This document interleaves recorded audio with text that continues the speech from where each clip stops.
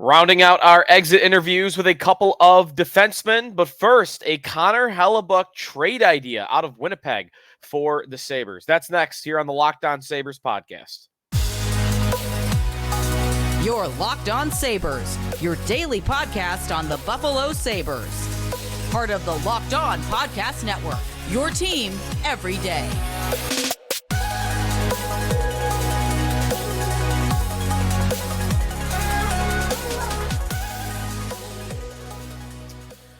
And thanks for making Locked On Sabres your first listen every day. We are free and available wherever you get your podcasts and on YouTube, part of the Locked On Podcast Network, your team every day. A lot of good stuff to get to on today's show. Joe DiBiase at Sneaky Joe Sports, at Locked On Sabres for our Twitter accounts. Check us out on YouTube. Comment section always available to you to get involved in the show. And we do have a couple of comments to get to on our most recent episode. So that's coming up on today's show. Connor Hellebuyck trade idea. Riley Stillman exit interview. Ilya Lyubushkin exit interview as we exit our exit interview series here. We got a couple of goalies to talk about next time for you everydayers, but we'll round out the skaters today with a couple of depth defensemen, Riley Stillman and Ilya Lyubushkin. Before we get to this Connor Hellebuyck trade idea, there's a writer in Winnipeg that is writing, not reporting, but writing about the idea of Hellebuyck getting traded to the Buffalo Sabres. Before we do that, like to get involved with our fans. And yesterday on the show, I threw the question out, how would you feel? How do you think you'll feel in the moment when Jack Eichel wins the Stanley Cup, if Jack Eichel wins the Stanley Cup? And the options I gave out for the Twitter poll, which you could vote on at Locked On Sabres, were number 1, indifferent, number 2, sad, 3, angry, and 4, puke, because that was what a lot of people were replying with, so I threw that in as an option. 40% say indifferent, 33% say puke, 16% angry, 10% sad, which is interesting because sad is what I voted for, just because of the lost opportunity maybe that was there for the Sabres with this player. But we can get more into that a little bit later on in the series if Eichel does indeed win the Stanley Cup. Some comments on this from our listeners. One from James, who says, I have to admit, I have been hate watching Eichel throughout the playoffs and would vote puke in your poll about what would happen if he won the Cup. However, I'm not buying into the idea that he's turned into Patrice Bergeron as a defensive forward this season. I hear you, James. Mike Kelly, though, from TSN and the NHL Network, he broke this down, I saw this morning, on Eichel's defensive game and how strong it's been. Every day it seems like there's a new thing about a new graph, new chart about how dominant Eichel has been in these playoffs. It's been as a defensive forward the last couple of days. Today it was always the best zone entryman in the playoffs, even above Connor McDavid, Nathan McKinnon, and others. I don't know. I think he has been Bergeron in these playoffs. I'm not saying he's that from here on out, that he's going to win the Selke Trophy next year, but I think his impact in these playoffs has been Bergeron-like. It really has. I think you have to give that to him. He did also point out Eichel only has 3 goals in his last 14 games, 0 in his last 7. He's missed on numerous breakaways. That's right. He's missed on some chances, but again, he's doing so many other things right now. And what he's doing as a creator, a playmaker, setting up Jonathan Marchessault, I think even though he's not scoring goals, he's making an enormous impact on that series that they just had and on the playoffs as a whole. So I'm not here to burn down Eichel right now. I think he's been unbelievable, and I think he deserves, credit where credit's due. But a lot of, indifferent, I think, of Sabres are good. I don't need to worry about him. I think a lot of you are going to change your opinion when he lifts it, if he does. Because, again, I think it's hard to stiff arm those emotions away if you see him lift the Stanley Cup. But I'd like to think that, it'll be okay. Good for you. I don't really care. I'd like to think I'll be in the same spot. Before we get to Riley Stillman, Ilya Lyubushkin, talk a little bit about the Sabres' depth blue line and what those two players were at the end of the year. I think they're interesting going forward and whether or not they'll even have roles on this team. If the Sabres add defensemen, How much room is there for Riley Stillman and Ilya Lyubushkin? We'll get to that in a little bit. But first, Connor Hellebuyck. We have a story out of the Winnipeg Sun from Scott Bielik, who covers the Jets. And he wrote an article, Connor Hellebuyck is Jets' biggest bargaining chip as NHL draft looms. And what Scott wrote was a number of different teams and why they make sense as a destination for Hellebuyck and what the Jets should be targeting from those teams in a return. Now, the second team he listed after the LA Kings at number 1, the second team he listed was the Buffalo Sabres for star goalie Connor Hellebuyck, who I think we all kind of think is getting traded. The Jets are going to blow things up here. And he's going into the final year of his contract. There's no future with him in the Jets, so they're going to sell high. They're going to get rid of him right now. What Scott wrote about the Sabres: Devin Levi needs a mentor, and the Sabres need a solid starter as their young team continues its resurgence. Buffalo does not seem that far off in being a playoff team annually. Again, the folks in Buffalo this year couldn't stop raving about Hellebuyck when he stopped 39 shots in a 4-2 win back in January, for what that's worth. Remember that game, by the way, where the Sabres dominated the Winnipeg Jets on home ice. I was at that game, and they lost by 2 goals because Hellebuyck just stood on his head. Scott continues, a long-term deal may block Levi down the road, so there's that risk for Buffalo. I just want to point out, before he gets to the trade package, that's blocking Devin Levi with the top 3 goalie in the world is not a risk. It's not a risk. I just have to say that. One thing that I think is not being taken into account for here is you don't have to keep Hellebuyck forever. If Devin Levi, in 3 years' time, turns into one of the best goalies in hockey, you can just trade Connor Hellebuyck. Connor Hellebuyck, I think there's no goalie in hockey I'd be more confident is going to be playing on an elite level 3 years from now, except for maybe Andrei Vasilevsky, than Connor Hellebuyck. He's 30 years old. This guy is going to be an elite goaltender for years and years still, as he is still only 30 years old at a position where you could play until you're like 40 a lot of times. And you could play on a high level until you're like 35, 36. So I don't think he's dropping off anytime soon. If the Sabres were to acquire this guy, sign him to a 5 or a 6 year deal, and you'd hope maybe that's all you can, get him to sign for. Maybe you have to sign him for 7. Either way, I don't think it matters.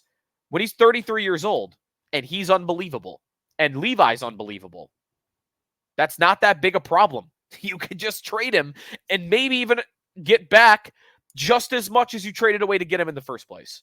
So if that's the risk, that should really go to show you how good an idea it is. If that's the risk is, oh, what am I going to do? I have 2 amazing goaltenders. I'm just not on board thinking that is a reason to not do this. So that's where I stand on that, as that part of the Hellebuyck idea. All right, so Scott continues. Scott Bielik from the Winnipeg Sun. Who the Jets should target. He writes, Peyton Krebs. Krebs is a solid up-and-coming center that could solve a problem the Jets have down the middle if Dubois and Scheifele are gone.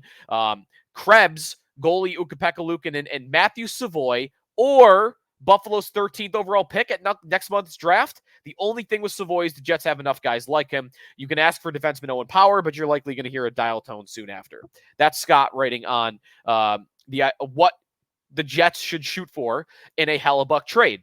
So, a couple of things there. He's definitely right about the Owen Power thought. If you ask about Owen Power, you're getting a dial tone. No doubt. 2, Krebs, expendable. Like him, great. I think he's a good player.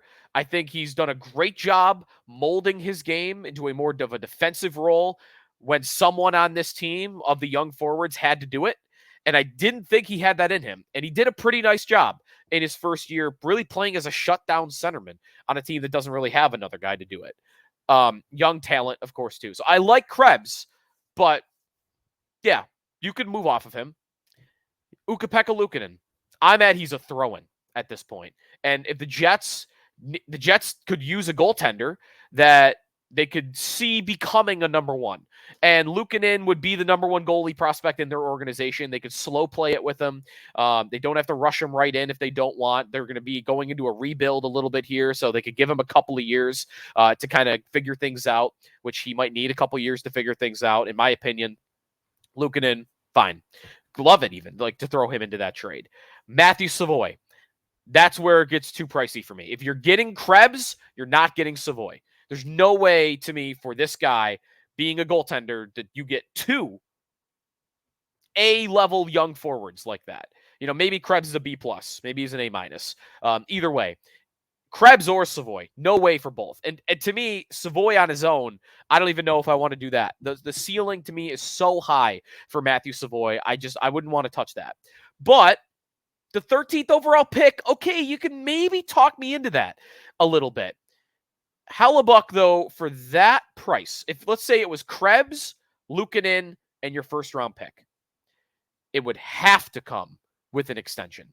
Undoubtedly, it would have to come with an extension. That's not a rental price. That is you're trading a franchise goaltender for multiple years price. So Hellebuyck would have to be willing to sign an extension the moment the trade went through, or else I'm not touching that for that price. You could have Krebs maybe straight up for 1 year if you're going to take a risk of whether Hellebuck's going to stick around or not. Extension has to come with it if you're getting a price like that. And I'd imagine Winnipeg would want Hellebuyck to work out a deal beforehand with another team so that they could get the best price possible. So I'm not totally against that idea. I tweeted out that quote, and I think a lot of the response I got from fans was, that's too much. No way. No chance I'm doing that. And I'm not pushing it aside that easily. He's arguably the best goalie in the world. Maybe I'm too enticed by this idea, but the Sabres were third in the league in scoring. You plug in the best goalie in the world, they are a Stanley Cup contender the moment that trade goes through. That is not an exaggeration. That is not an overreaction. They are a cup contender if they get Connor Hellebuyck. In my opinion, they are a cup contender. And teams do this all the time with star goalie prospects. Devin Levi, you can't just say, well, we're not going to do anything next to you because we 100% are going all in on you're just going to become that. The Andrei Vasilevsky at one point in time was the best goalie prospect in the world. Tampa Bay had Ben Bishop for a couple of years while Vasilevsky kind of grew under him. And then guess what? They traded Ben Bishop for a first-round pick. You could do that with Hellebuyck after a couple of years, the way Tampa did with Bishop. Nashville, UC Saros grew into an amazing young goaltender. It took him 4 or 5 years to become the starter because they had Pekka Rinne there winning Vezina trophies. It wasn't a problem. I mean, Saros didn't become the bona fide number one until he was 27 years old. But you know what? They had two great guys, and they made a cup, and they made the playoffs every year, basically. So it worked in Nashville. How about in Boston? It's working right now before our eyes. Jeremy Swayman was like the same level of goalie prospect that Devin Levi is right now. And what did they do? Well, we're going to pay Linus Ullmark 4 years, $5 million per year. They didn't run from another goalie. The Panthers right now in the cup final. First-round pick on Spencer Knight, best goalie prospect in the world. What did they do? They signed Sergei Bobrovsky to the biggest goalie contract in the National Hockey League. And look where they are now in the Stanley Cup final because, Spencer Knight, he had some off-ice stuff that I know adds to it, didn't become in 3 years what they thought he might. And maybe he still will, but he's not right now. That's 4 teams that have all had star goalie prospects, all had bona fide great goalies next to them, and all have been competitors, all have been contenders, I should say. And that's what Stanley Cup contenders do. That's what teams that have their eyes set on the cup do. They have a guy like Devin Levi, and they don't run from another great goalie. They run towards another great goalie and say, yeah, if we have 2 great goalies and that's the downside, okay, of course, it's a great idea. If my downside is I'll have 2 great goalies. So I'm in on this idea, if you can't tell. Let me know what you think, though, at Locked On Sabres or comment section on our YouTube channel. And I want to we'll get Scott Bielek. I don't know if we'll either get him on the podcast or we'll get him on WGR coming up because I am interested in the Winnipeg perspective of this Hellebuyck trade, rumor season that we're going to have probably from here until the draft. I imagine we're going to get rumors and leaks about what's going to happen with him. Time out here when we come back. Exit interview for Riley Stillman. Sabres deadline acquisition maybe went a lot better than everyone kind of thought, or did it? I saw a Twitter argument about Stillman today, actually, just coincidentally. We had planned the show, and Lance Lysowski, the Buffalo News, got into it with a couple of fans, and I want to break that down a little bit, where we're at with Stillman. And was he a seventh defenseman? Is he a third pair defenseman? Is he going to get pushed out if they acquire a guy? All those questions and more coming up here on the Locked On Sabres podcast. We are presented by Gametime. Gametime is the place for last-minute ticket deals. Forget planning months in advance. Gametime has deals on tickets right up to the day of the event. They have exclusive flash deals on tickets for football, basketball, baseball, concerts, comedy, theater, and more. Buying tickets to your favorite events should not be stressful. Gametime is the fast and easy way to buy tickets for all the sports, music, comedy, and theater near you. It is the fastest-growing ticketing app in the country for a reason. My favorite feature, you get images of your seats before you buy them, which gives you exactly what you're going to be looking at the angle, how, whether, you're looking at the corner of the ice right in front of you or right behind the net, or maybe lacrosse. The Bandits have a championship game coming up this weekend. Maybe I want right down the middle. I want to be able to see the whole playing surface the long way. Then, this is what I'm going to be looking at. Download the Gametime app, create an account, use the code LOCKEDONNHL for $20 off your first purchase. Terms apply. Again, create an account and you redeem the code LOCKEDONNHL. You'll get $20 off. Download Gametime today. Last minute tickets, lowest price guaranteed. Sneaky Joe DiBiase back here on the Locked On Sabres podcast. We're rounding out our exit interview series where we really went through every player on the team. And this is it for the skaters. Then we'll have a goalie episode, and then we're on to free agency and the NHL draft here on the show. But, of course, Amerks as well, too, over the next couple of days. Recording this on Friday afternoon, so no update on, lineup stuff. And by the time you might be listening to this, the game might be taking place anyway. So, Riley Stillman, next up on our exit interviews. Interesting that I saw a Twitter argument about Riley Stillman today. Before we get into that, though, the trade. Looking back on the trade, deadline acquisition for the Sabres. Right before the deadline, they acquired Riley Stillman for prospect Josh Bloom, who was a third-round pick of the Sabres. And Bloom, was a nice prospect, but a C prospect, right? This guy was a third-round pick. There were reasons to think that he wouldn't develop into an NHLer. It's going to be iffy. He's got a long way to go. We got to see what he does in the minors in the AHL before ever knowing if he could be an NHL player. North Bay Battalion last year, by the way, for Josh Bloom, 25 goals, 55 points in 49 games played. Pretty good. Nice junior player. I would still bet against him becoming an NHL player, though, just by the odds usually with these junior players. Stillman, meanwhile, he steps in, third pair minutes, couple of fights, physicality. Of course, that one fight, his first went really bad for him, but whatever.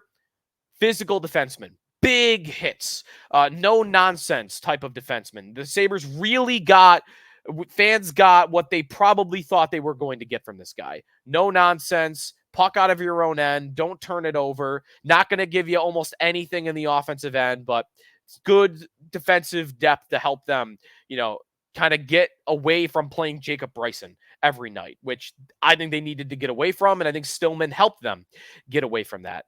The Twitter argument I saw on Friday was Lance Lysowski, the Buffalo News, with a couple of fans about Stillman. And, Lance kind of pointed out Stillman maybe lost his confidence at the end of the season. Had played really poorly in game 79 of the year as they were pushing for a playoff spot. Had a couple of bad moments that led to a couple of goals. And then he got benched.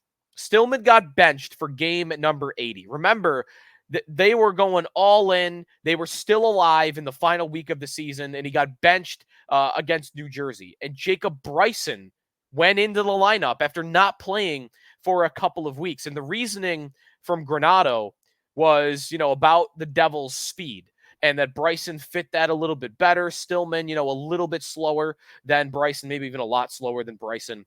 And the style of team they were playing, he thought Bryson would fit better. Bryson did not have a good game. And it looked like maybe overthinking on Granato's part in that game to not play Riley Stillman. But He definitely struggled a little bit in the final weeks of the season, I thought. Maybe the final even just couple games. But Stillman did have really good underlying numbers, which was not something that was happening previously in Vancouver. But to be fair, Stillman, if you remember when they traded for him, he had been playing second pair for Vancouver. He was playing above his pay grade. And with the Sabres, he was playing on the third pair. He was getting better results. In fact, Sabermetrics pointed this out on Twitter a couple of weeks ago, and I thought it was a really funny tweet that after the trade deadline, Stillman actually had better numbers for the Sabres than Jakob Chychrun did for Ottawa. We talked about Chychrun. I mean, we were exhausted the Chychrun idea for weeks and months, and then he got to Ottawa, and his advanced numbers, he was a minus 2.1 goals above replacement with Ottawa. Chychrun was, and Stillman was a plus 0.8. So he had better numbers than Jakob Chychrun. Playing in the same role, he probably wouldn't have. So, you're getting cute with it a little bit. But Stillman was good. He had he was only one of 3 Sabre defensemen on the season that had an expected goals for percentage above 50%. The only defenseman above him, Rasmus Dahlin at 52.7, and Kale Clegg, actually, interestingly, at 52.6. There was Stillman at 51.23. His Corsi percentage was actually the best of all Sabre defensemen. Shot attempts at 5-on-5 when Stillman was on the ice for the Sabres, 222 for Buffalo, 165 for the opponent. That was the best percentage on the team, even above Rasmus Dahlin at 57% Corsi for percentage. So, protected minutes. He was not having a very challenging matchup difficulty. Granato gave him, easier minutes to play, not as tough as he was seeing in Vancouver. So what's ahead for Riley Stillman? Knowing, okay, maybe he lost a little confidence at the end of the year, but good underlying numbers, no-nonsense defenseman, gave the Sabres probably what they were looking for when they traded for him. 6th or 7th defenseman. I think you can make an argument either way. If he was not in the opening night lineup, that would tell me that the Sabres went out and they traded for a big-time top 4 defenseman. And I think they need to do that. So Stillman, to me, will be a guy that will fight, assuming they do it, and I hope they do, that the Sabres add that defenseman. Stillman will fight it out with Henri Jokiharju and Ilya Lyubushkin for that third pair. What might help Stillman, what might be a tiebreaker for Stillman to be in the lineup night to night, he's a left shot defenseman. I don't know whether they'll want to go 2 right shot D with Jokiharju and Lyubushkin if they add that defenseman above. But I think you might see a rotation next year in the third pair. Maybe it's just Stillman and Lyubushkin in the rotation. Maybe Jokiharju is in that as well. I don't know. But I'd imagine Stillman in it will be a guy that's healthy scratch sometimes. Now, I don't think he'll be healthy scratched every night, but rotational defenseman in the Sabres organization next year. Maybe Granato goes back to playing certain matchups, whether Stillman's in the lineup or not. But I do think he's a part of this team next year. Final year of his contract, not an extension candidate by any means. And I think the Sabres will be good enough to where we're not talking about trading him for a 5th round pick at the trade deadline. So Riley Stillman, good underlying numbers, better results than I thought they would get out of him, like the trade, if you look back on it right now. And I think he is a guy that will factor into the Sabres' third pair and hopefully make the Sabres' third pair one of the better ones in the division, if they can get the results they got out of Stillman last year. When we come back, what about Ilya Lyubushkin for this conversation? The third pair, where he fits in, how his season went, of course, longer.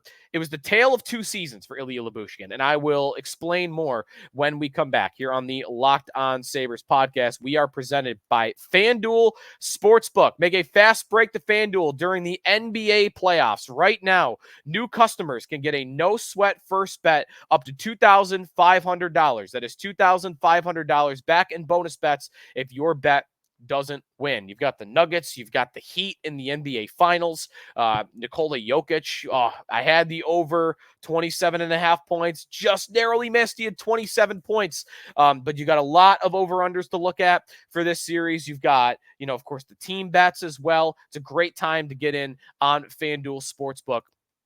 There's no better place to bet all the playoff action, hockey, of course, too, with the Stanley Cup final beginning this weekend, than America's #1 sportsbook. Visit FanDuel.com/locked on. You get a no sweat first bet up to $2,500. It's FanDuel.com/locked on. FanDuel, official sports betting partner of the NBA.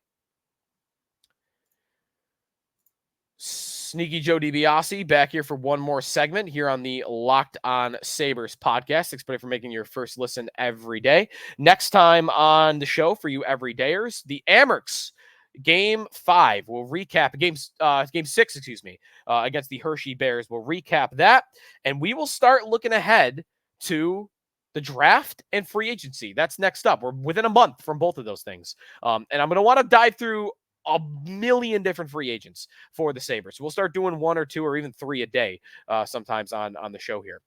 Ilya Lyubushkin. Next time, though, we're talking goalies. We're talking goalies next time on the show. But on this segment, Ilya Lyubushkin for the Buffalo Sabres. His first season after signing a 2-year deal with Buffalo after playing last year in Toronto. Lyubushkin for the Sabres.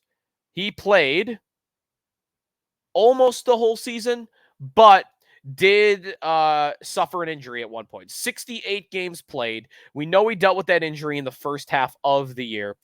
In those 68 games, 2 goals, 12 assists, playing exactly 15 minutes a night.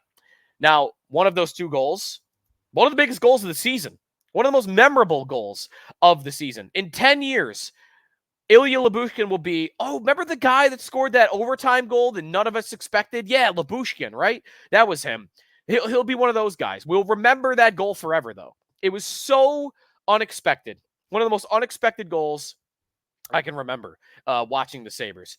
Against the Lightning, the Tampa Bay Lightning, the 2-time Stanley Cup champions in recent years. 5-5 in overtime. They're on the power play. Steven Stamkos has the puck. Lyubushkin takes it from him, roars down the ice. The guy had not scored yet for the Buffalo Sabres. Roars down the ice and blasts it by maybe one of the best goalies in hockey in Andrei Vasilevsky on the road. What a goal. What a result. Unbelievable. I still can't believe that it actually happened. Lyubushkin really, that goal was a part of a stretch of play where he was playing lights out. Lyubushkin had a great finish to the year. In fact, when he was playing with Riley Stillman, he was getting really good results. Despite the fact I didn't think that was going to work because they were both physical defensemen. Neither really had any offensive flair to their game. But I thought that pairing really worked. But on the season as a whole for Lyubushkin, I will say the numbers don't look great, but there might be a good reason for that. He did have the second lowest expected goals for percentage of any Sabres defenseman, only ahead of Casey Fitzgerald, who got waived in the middle of the year and didn't even finish the year in Buffalo. Part of the reason, though, that might have happened, Lyubushkin was no doubt playing with an injury in the first half of the season. We all could see it. I mean, he showed up at the beginning of the year and he was hitting everything that moved, which was kind of what we were sold on for Lyubushkin, that this guy was going to take your head off if you kept your head down. I mean, look at the first few games of the season. He had 5 hits in the opener against Ottawa. He had multiple hits, in fact, for 6 of his first 7 games, including 7 hits at the Lightning on a November 5th game where he played 22 minutes on the night. Then he returned from injury. And when he returned from injury, the hits really went away. I mean, when he came back, he had 4 hits, but then 2, then 1, then 3, then 0, 2, 1, 1, 1, 0, 0, 0. Like, they just wasn't a part of his game anymore. And maybe a big reason for that he wasn't getting involved in these big collisions was he was dealing with something. The same injury that probably caused him to miss a bunch of games. And the numbers back that up. First half of the year, Ilya Lyubushkin was 42% expected goals for at 5-on-5.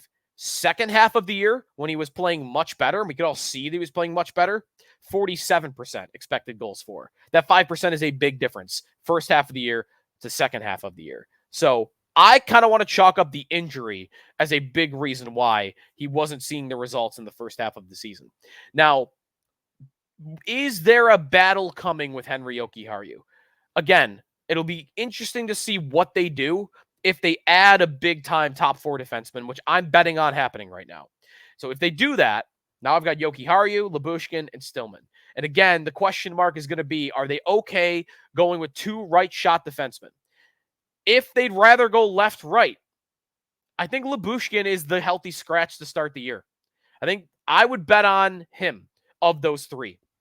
I don't think they'll bench Jokiharju. I think Granato likes Jokiharju. He's still young. He's an RFA at the end of the year. You can see his future with the organization easier than you could see Lyubushkin. He'll be a UFA at the end of the next season. So let Jokiharju continue to grow, put him down in that third pair role, which is probably what he's right for, and see what he could do in that role. And put him with a left shot guy in Riley Stillman, who played pretty well after he got traded for. And I think that's your third pair to begin the season, which I think means Lyubushkin would be my favorite to be the healthy scratch 7th defenseman at the beginning of the season. But there's a long way to go for that. There's camp. He did have good results. I'm defending him here at the second half of the year while saying he might be the odd man out. There's a chance at least that he's the odd man out, but that's the only question mark really for Lyubushkin leading up to the season. And not a trade candidate, not an extension candidate, not a guy you're going to think a lot about until training camp and until the start of the year where, maybe it's the day before the season and you go, oh yeah, who's going to play in the third pair? Lyubushkin, Stillman, Jokiharju. You might not think about him from now until October 12th or whatever the day before the season might be. So Ilya Lyubushkin, I like it. I like the defenseman. I like that he's good defensive depth for this team. And I think he's better than his whole season might show because he's one of those guys I think was playing through an injury in the first half of the year.